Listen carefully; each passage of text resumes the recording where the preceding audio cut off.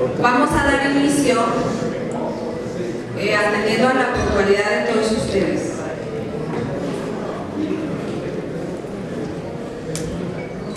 Les damos la más cordial bienvenida. Gracias a todos ustedes por acompañarnos el día de hoy. Agradecemos al Congreso del Estado de Nuevo León por habernos abierto las puertas para realizar este evento en esta, la Casa de los Ciudadanos.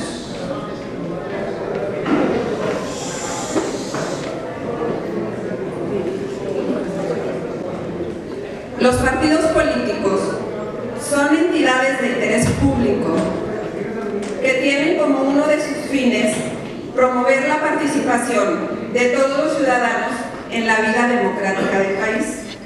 Morena, consciente del compromiso con la sociedad, creó el Instituto de Formación Política, cuyo objetivo general es informar, compartir, difundir y preservar los valores de amor a la patria y compromiso con la transformación de la democracia. No solo de nuestros militantes, sino de la ciudadanía en general. Nuestro Instituto de Formación Política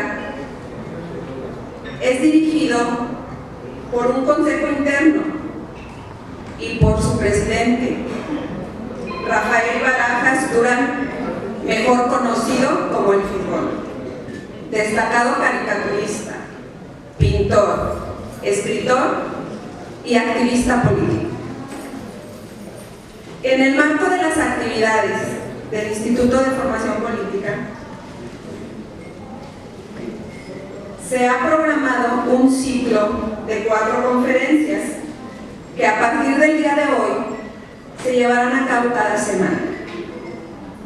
La primera de estas conferencias se ha denominado Defensa de los hidrocarburos y la soberanía nacional, la cual está a cargo de nuestro conferencista del día de hoy, el maestro Abraham Nuncio Limón, a quien se le ha encomendado la responsabilidad del Instituto en el Estado y cuya síntesis curricular me permito mencionar a continuación. El maestro Abraham Nuncio Limón es licenciado en Derecho por la Universidad Autónoma de Coahuila, máster en Literatura Latinoamericana por la Universidad Nacional Autónoma de México y en Filosofía por la Universidad Autónoma de Nuevo León. Desde 1967 ha sido docente y ha impartido cátedra en las áreas de letras en el CCH de la Universidad Autónoma de México, en Sociología en la Facultad de Filosofía y Letras de la Universidad Autónoma de Nuevo León y cátedra en Derecho en el Centro de Estudios Parlamentarios de la Universidad Autónoma de Nuevo León. Ha publicado varios ensayos, crónica, poesía, cuento y novela. Grupo Monterrey, por mencionar algo. Como editor ha dirigido las revistas Universidades y Deslindes. Ha sido colaborador de periódicos nacionales como El Heraldo de México, El Porvenir, Excelsior y La Jornada. En el género de ensayo recibió el Premio Nacional Impact en 1996 y muy recientemente, el día 31 de enero, recibió el reconocimiento al mérito artístico Colegio Civil del Centro Cultural Universitario 2019 en el área de literatura. Actualmente, el maestro es director del Centro de Estudios Parlamentarios. Para Morena, es un honor contar con la participación del maestro Abraham Nuncio y sin más preámbulo, en estos momentos le cedemos la palabra. Muchas gracias.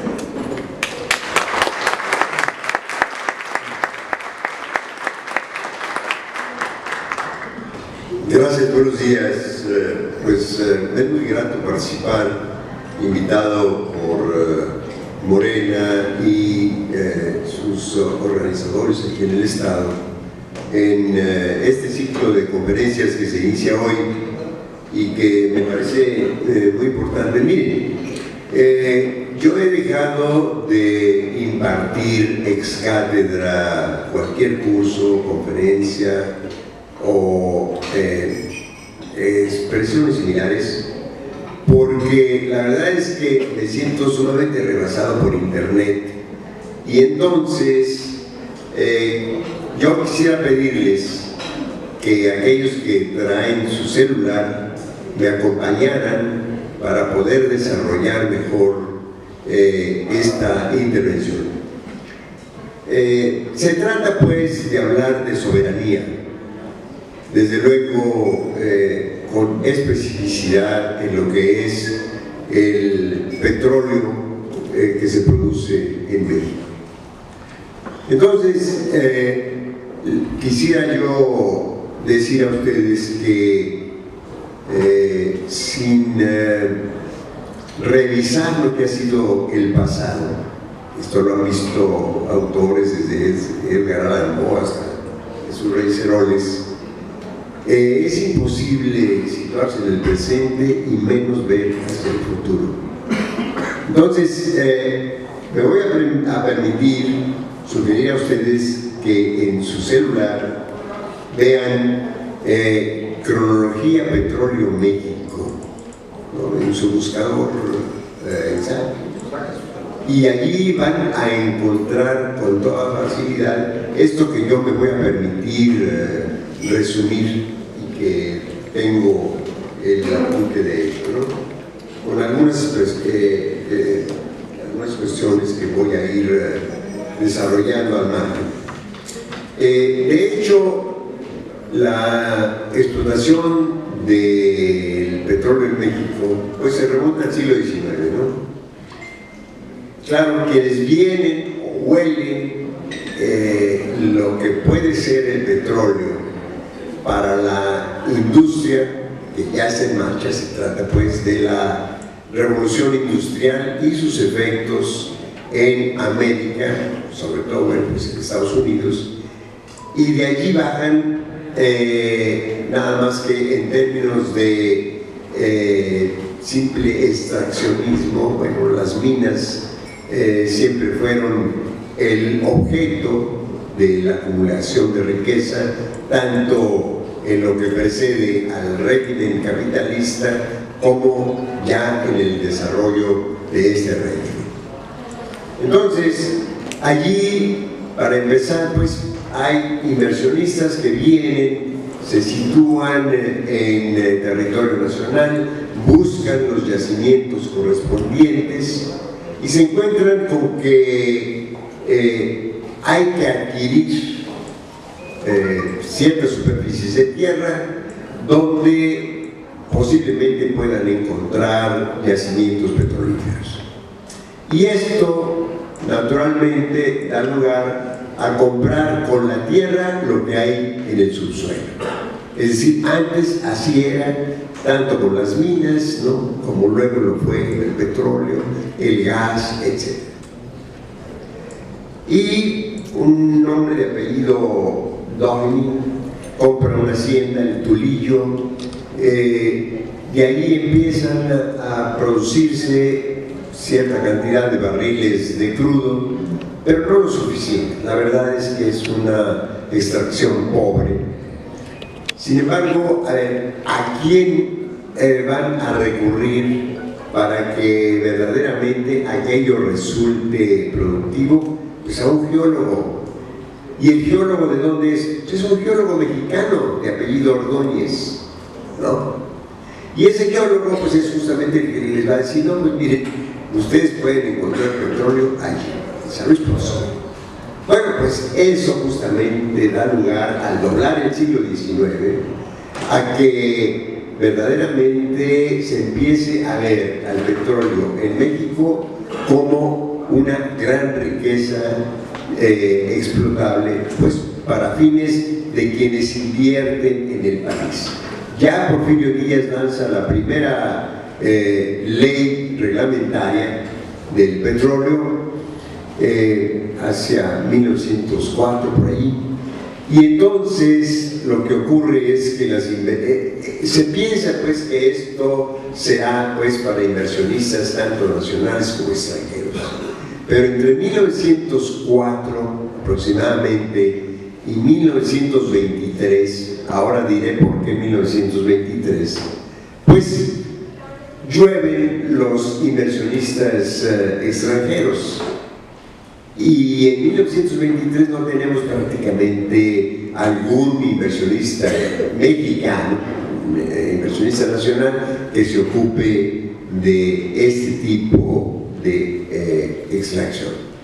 Así que nosotros vamos a ver que los mexicanos tienen una gran participación en la exploración, la producción y todos los demás procesos hasta la distribución del petróleo, y no tanto, como siempre se ha dicho, es que no tenemos la tecnología suficiente, como si la tecnología estuviese únicamente en las máquinas y no en la cabeza de la gente. Y eso, por estas últimas noticias que nos han llegado, cobra especial significado. La calificadora, no recuerdo cómo se llama el nombre de ese, la calificadora, sí es cierto, Fitch, Rankings o Records, una cosa así, ha bajado la calificación de Pemex en la producción internacional de petróleo. Y la respuesta pues fue una respuesta muy clara, contundente del presidente López Obrador, ¿no? Son unos hipócritas, y porque nunca se ocuparon en algún momento de señalar cómo estaba la explotación del petróleo en México, y sin este contexto, y en general sin el contexto cultural de cualquier proceso importante en un país, las calificadoras, las certificadoras, las palomeadoras, digamos al detalle cómo estaba la producción nacional, pero no solo la producción nacional, la producción internacional. Pero al Instituto Mexicano del Petróleo se le fue restando fuerza, se lo fue en algunas áreas desarticulando. ¿Y esto por qué?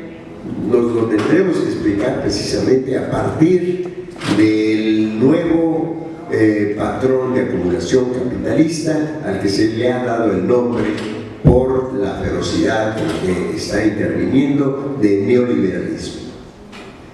Pero sin estos antecedentes contextuales, ¿no? Estoy leyendo un libro de la mayor importancia, muy interesante, es la autobiografía de Porfirio Muñoz Ledo, y precisamente llama cultura contextual aquella que analiza precisamente las causas y efectos de todo aquello que tiene que ver con un país. Porque si nada más lo vemos por islas, ¿no?, como un archipiélago, pues no vamos a entender ni siquiera lo que el archipiélago es.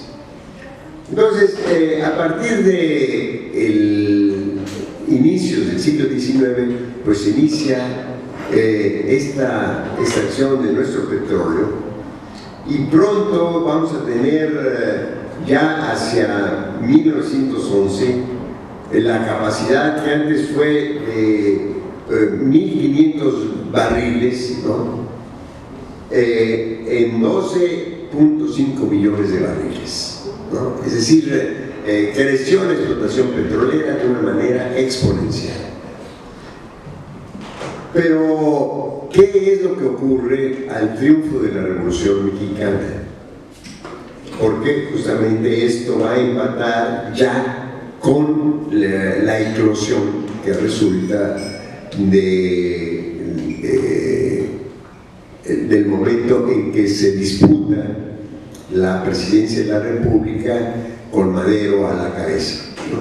En su librito la sucesión presidencial en 1910, un librito que un historiador norteamericano ve como el momento en que se inicia este movimiento, sin considerar desde luego pues otros aspectos fundamentales como fueron las huelgas de Río Blanco, de Cananea, muchas otras expresiones de carácter social y popular que se iban potenciando unas a otras hasta crear un clima de necesidad de cambio, ¿no? Y que recoge muy bien Francisco I. Madero en este librito.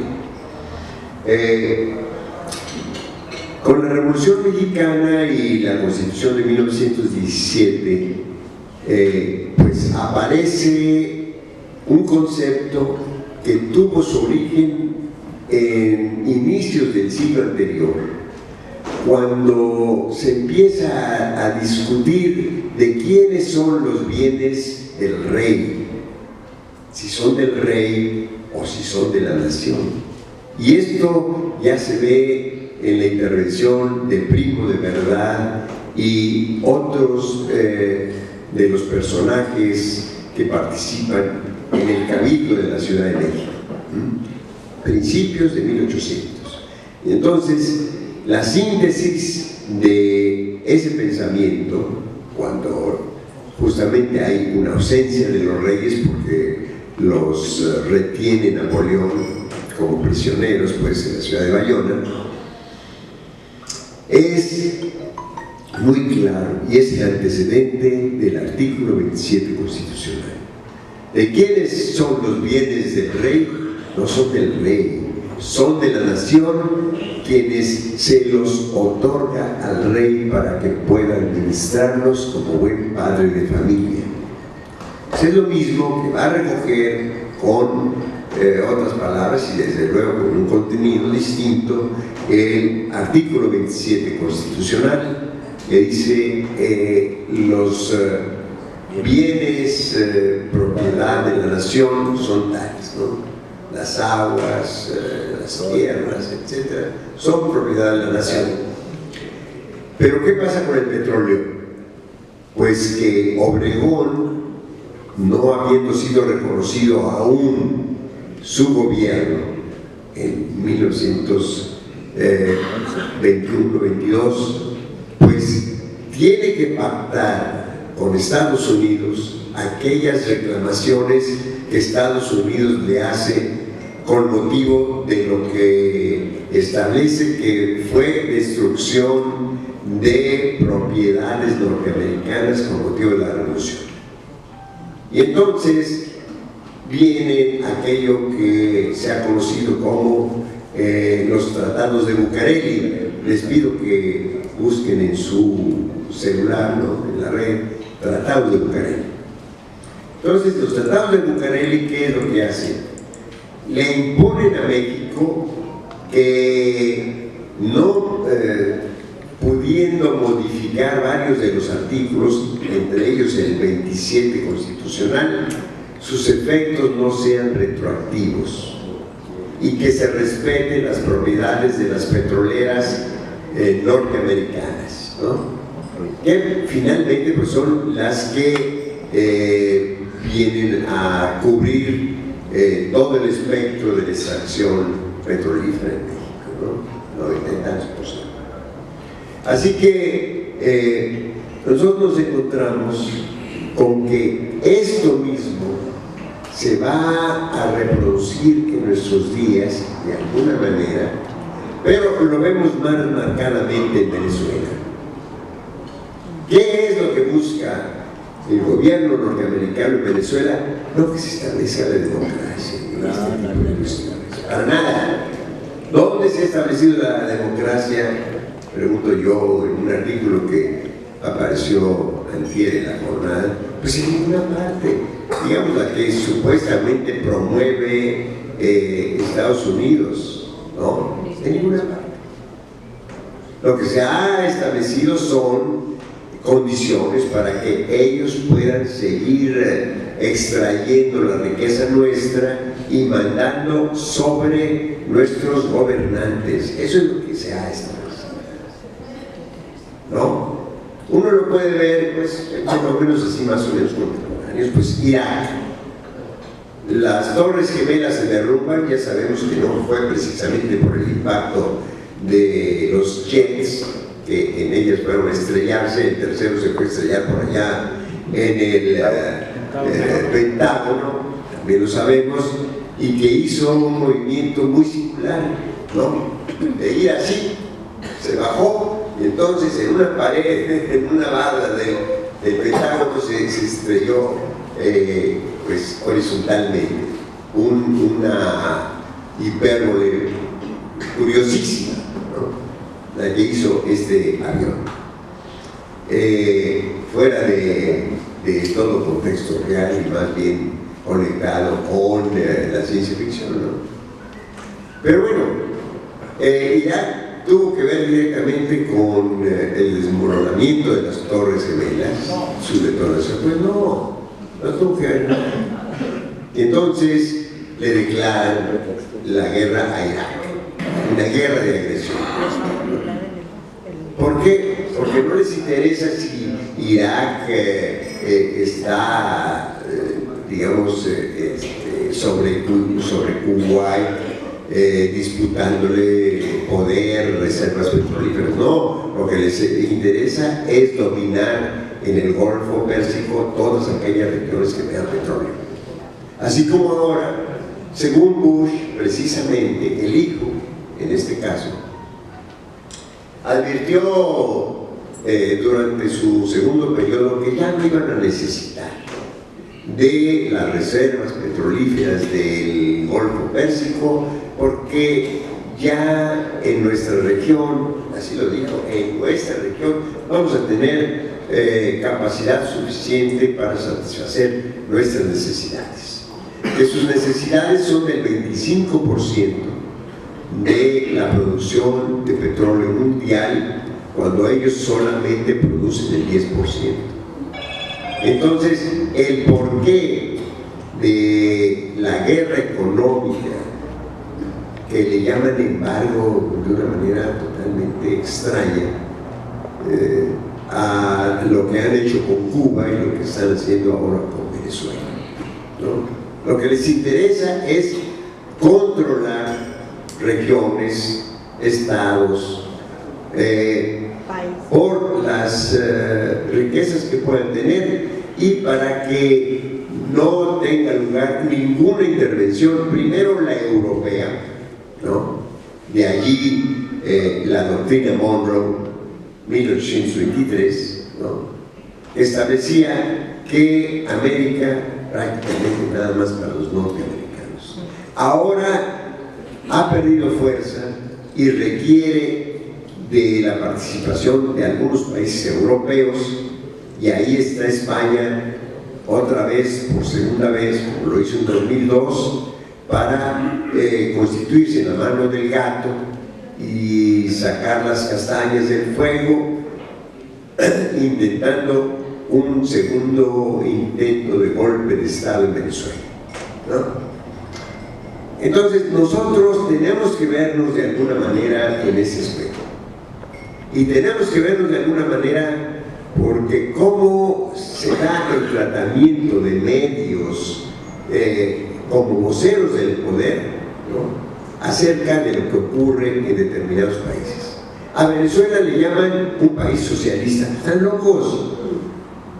¿Quién sabe qué es el socialismo? O sea, ellos lo saben. El socialismo tiene que ver con la propiedad controlada por el Estado. La propiedad fundamentalmente de los medios de producción. Pues no otro tipo de propiedad, no la propiedad del saco que te pones en la mañana, ¿no? Entonces, ellos saben muy bien de qué se trata. Ah, pero a Venezuela les llaman socialista, y con eso tratan de justificar su agresión ahora económica, pero que eventualmente puede ser, como en otros países, Irak en el caso y otros, puede ser militar, ¿no? Entonces, nos hallamos pues en un contexto internacional donde la ley del más fuerte es la que rige. Y no nos hagamos tontos, porque a veces la clase media sobre todo, comulga con cuestiones que lee en los medios cuyos dueños están absolutamente identificados, las grandes potencias, la norteamericana o las europeas, ¿no? Sin considerar que, a ver, ¿cómo llegó Hitler al poder? ¿Llegó por un golpe de Estado? No. Llegó por una elección. ¿Cómo llegó ahora Jair Bolsonaro a Brasil? Con todas las características ideológicas de un Hitler al poder, por una elección. Entonces, nosotros aquí de repente siento que nos confiamos demasiado con los más de 30 millones captados de votos, y sobre esos queremos construir no solo el presente sino el futuro. El Partido de los Trabajadores en Brasil no pudo construir un futuro desde el momento en que toma el poder a principios de este siglo. ¿Y qué pasa con el electorado? El electorado es volátil, es cambiante, y aquí vemos incluso las voces de aquellos que se sitúan en el perímetro de la izquierda justificar muchas de las acciones de la derecha, considerándolas pues como errores de la izquierda. Aquí precisamente yo he comentado, porque este señalamiento de socialismo, socialista, etcétera, pudieran ya estarlo cocinando en Estados Unidos, así como se hizo en contra de Elías Cárdenas, de Plutarco Elías Cárdenas, perdóneme, de Plutarco Elías Calles en 1924. Como Obregón había firmado los tratados de Bucareli, unos tratados que no se han dado a conocer, es decir, sí se han dado a conocer en lo general, pero las cláusulas particulares siguen permaneciendo secretas. Busquen ustedes pues allí en la red, en internet, y lo verán. Es decir, todo esto que yo aquí comento, pues no ha sido sino muchas de ellas en internet. No se cree que, no, o sea, competir con internet, entonces, ¿de qué acusan a Calles? Es socialista, dice. Y más todavía se acusará al régimen mexicano de comunista, ¿no? Allá Calles le llamaban comunista. O sea, a los promotores del capitalismo mexicano les llaman comunistas o socialistas en cuanto intentan que la soberanía del país de alguna manera permanezca íntegra o con un territorio suficiente de integridad para el efecto de no ser señalada en ese sentido. Aquí, en diálogo con amigos de ciertos sectores de la izquierda, yo he escuchado, oye, pero sí, desde la campaña de López Obrador, ¿cómo va a ser de la izquierda si ni siquiera jamás ha pronunciado el término socialismo?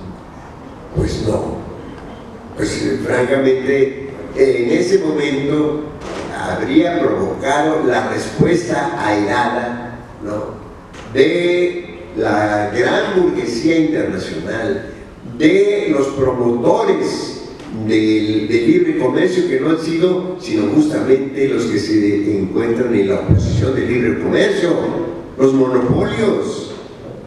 Es decir, lo que ahora conocemos como neoliberalismo, pues no es sino otra idea de los monopolios. No fueron los de la Cámara del Pequeño Comercio en algún lugar, no, fueron los monopolios.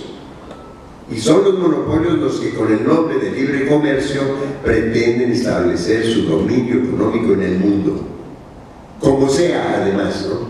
A través de la Cosa Nostra, a través de mafias donde las puedan encontrar, y eso se registró durante todos estos años en que las petroleras transnacionales se apoderaron del petróleo mexicano, creando una sobreextracción.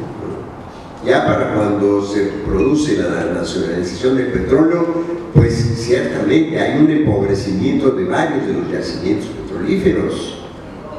Y, a ver, ¿qué crearon en términos de infraestructura para el país? Si acaso 500 kilómetros de pavimento. ¿Quién ha sido el financiador principal del desarrollo industrial de las grandes empresas energéticas? Pues ha sido México. Desde donde, por ejemplo, se genera a cargo del erario y por lo tanto a cargo nuestro el pago de la transportación de electricidad de aquí a Guatemala, para que sean empresarios privados los que disfruten de las ganancias correspondientes. Entonces, hay una economía totalmente distorsionada en favor de los pequeños grupos empresariales. Hay que ver todas estas cuestiones, como digo yo, en términos de lo que ha sido nuestra historia. La historia del país se ha escrito en buena medida, ¿no?, tal y como lo decía López Velarde en La Patria Suave, de la Suave Patria, ¿no? El niño Dios nos escrituró o nos dio el establo y el diablo nos dejó, pues, y los veneros de petróleo del diablo. Por ahí va. Ustedes busquen La Suave Patria y van a encontrar, pues, debidamente citado, porque yo aquí estoy medio inventando casi. Pero, vaya, nuevamente, la literatura, la poesía se adelanta a los hechos. López Velarde muere en 1921 y parece que es en ese año cuando se publica La Suave Patria. 1921.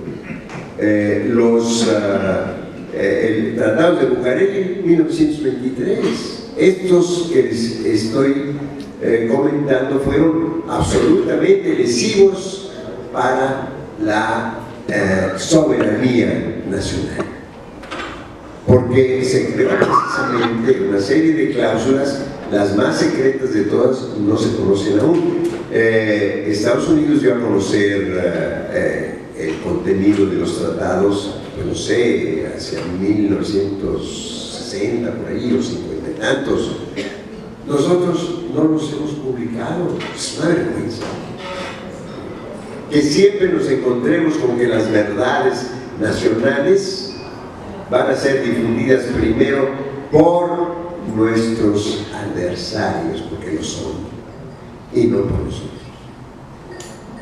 Así como ahora desaparecen aquellas unidades donde el conocimiento sobre nuestras realidades se ha desarrollado, como el Instituto Mexicano del Petróleo, y son las calificadoras, ¿no?, extranjeras como la Fitch Rankings o Inesta, la que nos dicen que ya la calidad y producción de Pemex ha bajado en el mercado internacional. Cuando antes cualquier referencia en torno al petróleo la conocían al dedillo los expertos en la materia, ¿no?, en el Instituto Mexicano del Petróleo. Entonces nos han quitado no solo capacidad de autoconocimiento, sino que nos han quitado la confianza en nosotros mismos. Nos tienen que decir, ¿no?, cómo vamos desde la Organización Mundial del Comercio, desde la OCDE o de estas empresas que están al servicio, obviamente, del poder en Estados Unidos o en Europa. La confianza en nosotros mismos también se ha ido disminuyendo, no solo las ganancias que les reportan, las utilidades que les reportan a los bancos, las empresas, que con la globalización se han ido apoderando gradualmente de nuestro país en términos de riqueza y también de control y poder. Lo señalaba también hace no mucho que el que sabía de estas cuestiones, que era John D. Rockefeller, él sabía que el control de los yacimientos petrolíferos estaba en la última estación de gasolina donde te lo venden, en la manguera de la gasolina. Ahí está el control de los yacimientos petrolíferos. Y así él se hizo como el gran inversionista y finalmente el que llegó a controlar la producción internacional del petróleo mediante la Standard Oil. Hoy la Standard Oil y sus derivaciones, ¿no? La ExxonMobil o la Chevron, aquí están. Ya cambiaron los colores de las gasolinerías, donde nosotros veíamos los colores de la bandera nacional, y ahora, pues sin preguntar nada, allí vamos a tomar gasolina porque no nos queda de otra. Están compitiendo internamente, ha bajado el precio de la gasolina en alguna parte. No, hombre. Es decir, ¿qué hizo Rockefeller con sus empresas? Después de que eran 7, allá por los años, entre los años 28 y los años 60, naturalmente conformó un cártel, ¿no? Una mafia con otras dos petroleras, la holandesa y la británica, y esas eran las que controlaban la producción, distribución, comercialización en términos generales de petróleo. Van a hacer otra cosa aquí en nuestro país, o sea, van a favorecer el libre comercio. Por favor, esto tenemos que aprenderlo, porque si no aprendemos de la historia del petróleo, tampoco vamos a aprender de la historia de nuestro país y tampoco vamos a saber lo que puede esperarnos en manos de quienes pretenden toda la riqueza y todo el poder. Un monopolio, un capitalismo desarrollado en términos financieros, no es otra cosa que un monopolio. No pretenden otra cosa que un monopolio. Y este monopolio se ha visto favorecido por el otro hemisferio del Estado, que ha sido el gobierno o los gobiernos que hemos tenido. Porque eso lo podemos ver muy bien entre nosotros. De qué manera se va empobreciendo la generación, por ejemplo, de electricidad. Pues si la Comisión Federal de Electricidad cubría el 99% o 95%, lo que sea, de las necesidades de energía eléctrica en el país, ahora hay que ver lo que les pasa a las termoeléctricas, que se las va descuidando, se las va descapitalizando, se van creando condiciones para darle entrada al capital exterior. Eso es lo que ocurre. Pero aquí nosotros lo vimos muy claramente con Fundidora. ¿Qué pasó con Fundidora? Que es lo mismo que se dice ahora de Pemex. No, es que los trabajadores tienen la culpa, porque pues, son demasiados y por eso Pemex no puede crecer. Y otras zarandajas, ¿no? Pero ¿qué pasó aquí con Fundidora? Pues que a Fundidora de acuerdo con el programa inicial de inversiones públicas, se lo fue restringiendo hasta prácticamente dejarlo en ceros. Entonces, ¿qué se requería del Fundidora? El capital privado, para dejar en manos de ellos su buena gestión. Ellos son buenos administradores, hacen crecer la riqueza. Se hicieron de una de las unidades productivas, así como luego fue de Teléfonos de México, por otra parte, etcétera, ¿no? ¿Y qué pasó con esas unidades productivas? Como antes no fueron en manos privadas, por ejemplo, aquí, pues, Altos, quiero decir,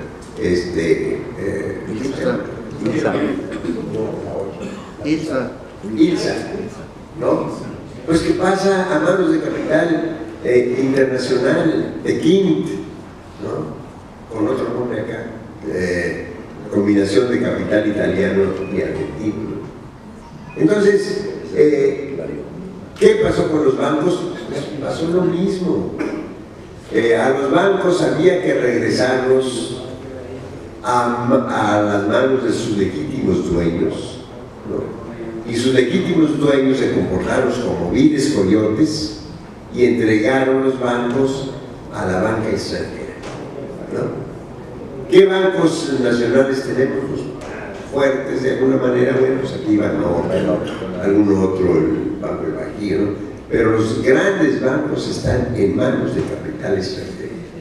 Por eso es que soberanía, capacidad nacional de control sobre las riquezas, tiene que ver estrechamente con estos instrumentos que son los bancos, que son las empresas con base en otros países. Si no entendemos esto, no entendemos nada de lo que debe ser la soberanía nacional. Y para que la haya, tiene que haber un gobierno que se preocupe, como ahora, López Obrador, por algunas de sus áreas. No pueden todas, y algunas de esas áreas rescatables requieren de la participación de la ciudadanía organizada para que se torne en voces que puedan ser debidamente escuchadas por el gobierno, por aquellos que toman las decisiones. Entonces, si, como aquí lo señala la compañera, no hay un debate interno en el partido, ¿dónde lo va a haber? Si el partido no se organiza para ir a los barrios, ¿no? Ya tenemos una ley de participación ciudadana aquí. Nadie ha aprovechado esa ley de participación ciudadana para intentar organizar en sus barrios un comité. Entonces, ¿qué pasa? Si un partido no se mueve de esa manera, pues no se está moviendo. Nada más está esperando a ver qué le dicen pues, desde Ciudad de México. Esto, pues así es. Y déjenme decirles que siempre ha sido de alguna manera así. Un poco los partidos, desde que yo estaba en el Partido Comunista Mexicano, dejaban de alguna manera de operar como debían operar, un tanto como por dejar que las fuerzas políticas internas se ocuparan de los procesos correspondientes. Y esas fuerzas políticas internas pues no fueron siempre más que PAN y el PRI, dos partidos. El bipartidismo aquí creció precisamente y no por nada conjuntamente con el modelo neoliberal. Ese modelo que pactan Ronald Reagan y Margaret Thatcher en 1979.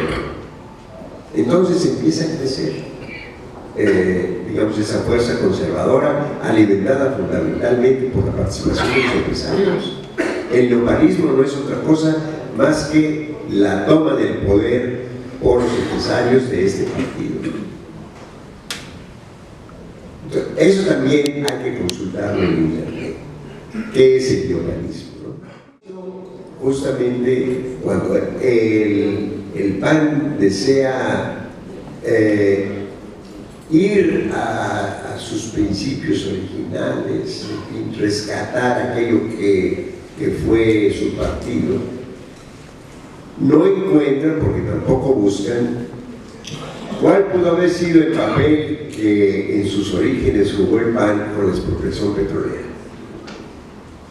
Cuando termina su gestión, Lázaro Cárdenas, él pronuncia un discurso en donde hace una síntesis de lo que ha sido precisamente su periodo, ¿no? Y donde naturalmente destaca la expropiación petrolera como uno de sus grandes logros. ¿Quién le responde en sentido contrario? Manuel Gómez Morín. Y Manuel Gómez Morín, que era abogado de las petroleras, establece que el principal compromiso de México en ese momento debe ser pagar la indemnización a las petroleras, cuya guerra fue terrible. Nos bloquearon pues en el mercado internacional la plata, en fin, nos hicieron una guerra económica como la que suelen hacer a los países con los cuales o sobre los cuales quieren imponer su fuerza económica y política, si no es que militar. Pero, a ver, ¿le pasó algo a Pemex? ¿Se derrumbó la industria petrolera mexicana? Claro que no.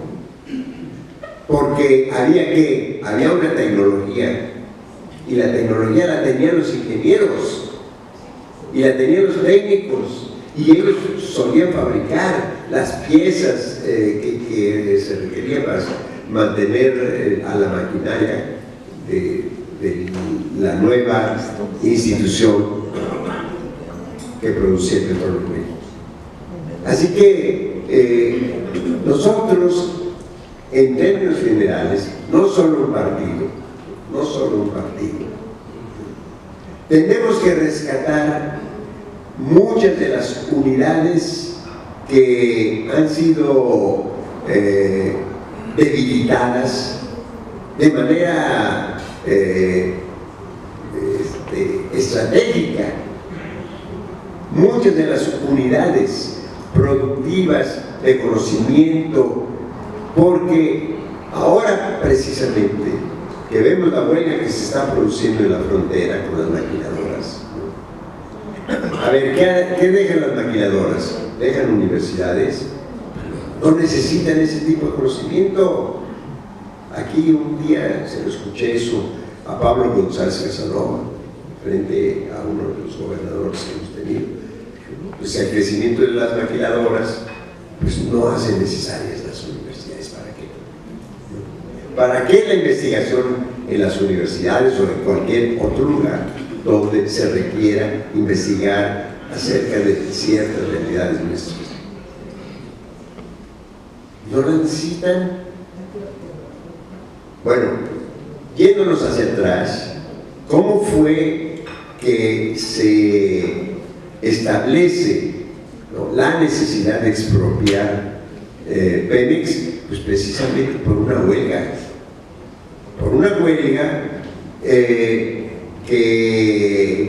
Ante la cual se amparan. Bueno, quiero decir que esa huelga dejó sin 12 días de abasto de gasolina, ¿no?, al país. Aquí dejan al país sin 2 días de gasolina, como lo hemos visto en Monterrey, e inmediatamente la jauría se desata, ¿no? La jauría, sí, hay que llamarle así, francamente. O sea, un mínimo de patriotismo no existe en ciertos sectores, y bueno, algunos de manera inconsciente porque no conocen precisamente esta historia, pero otros de manera consciente, Entonces, esa huelga frente a la cual las petroleras se amparan, ¿no?, pues es decidida por la Suprema Corte, a la cual habían apelado, en el sentido de que era una huelga válida. ¿Acatan las petroleras el fallo de la Suprema Corte, la resolución de la Suprema Corte? Pues claro que no, claro que no. Y en ese sentido, nosotros debemos ser muy conscientes de que las grandes transnacionales en nuestro país no son sino un gran poder nocivo, perverso. Vaya, otro ejemplo. Ahora, por ejemplo, España, a través de su presidente, detrás del cual está el rey que se ocupa de las relaciones exteriores de su país, ¿no? Le da a Venezuela 8 días para que organice una elección extraordinaria, ¿no? Y si no, pues ya se las verá. Ahora con las potencias europeas que obedecen, ¿no?, al llamado de Estados Unidos. Pues entonces, ¿qué vamos a tener aquí nosotros sino, llegado un momento de crisis, el ataque de los bancos? Primero que nada de los bancos españoles. No por nada uno de sus dueños se apellida Botín. ¿No es cierto? Entonces, miren, no es necesario, desde luego se requiere, digamos, tener los números, los datos, los conocimientos técnicos para hablar del petróleo en México. Mi intervención pues es de carácter político, es un análisis político acerca del fenómeno, pero ustedes consúltenlo en la red y se van a encontrar con una serie de hallazgos impresionantes acerca de lo que ha sido la historia del petróleo en nuestro país, sobre todo a partir de las llamadas reformas estructurales,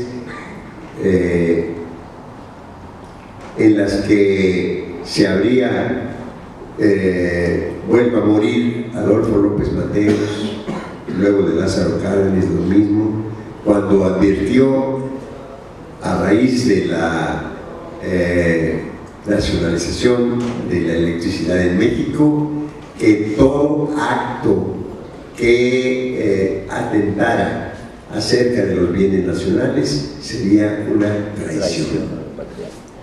Eso dijo Adolfo López Mateos. La ironía quiso que un coterráneo suyo pues viniera a resultar en aquello que él llamaba traición, y no otra cosa son las reformas estructurales. Yo quisiera pues no extenderme más acerca del tema. Se los dejo justamente en sus celulares. Ustedes tendrán suficiente material acerca de esto que yo vengo aquí comentando, y desde luego cualquier pregunta pues intentaré responderla. Muchas gracias.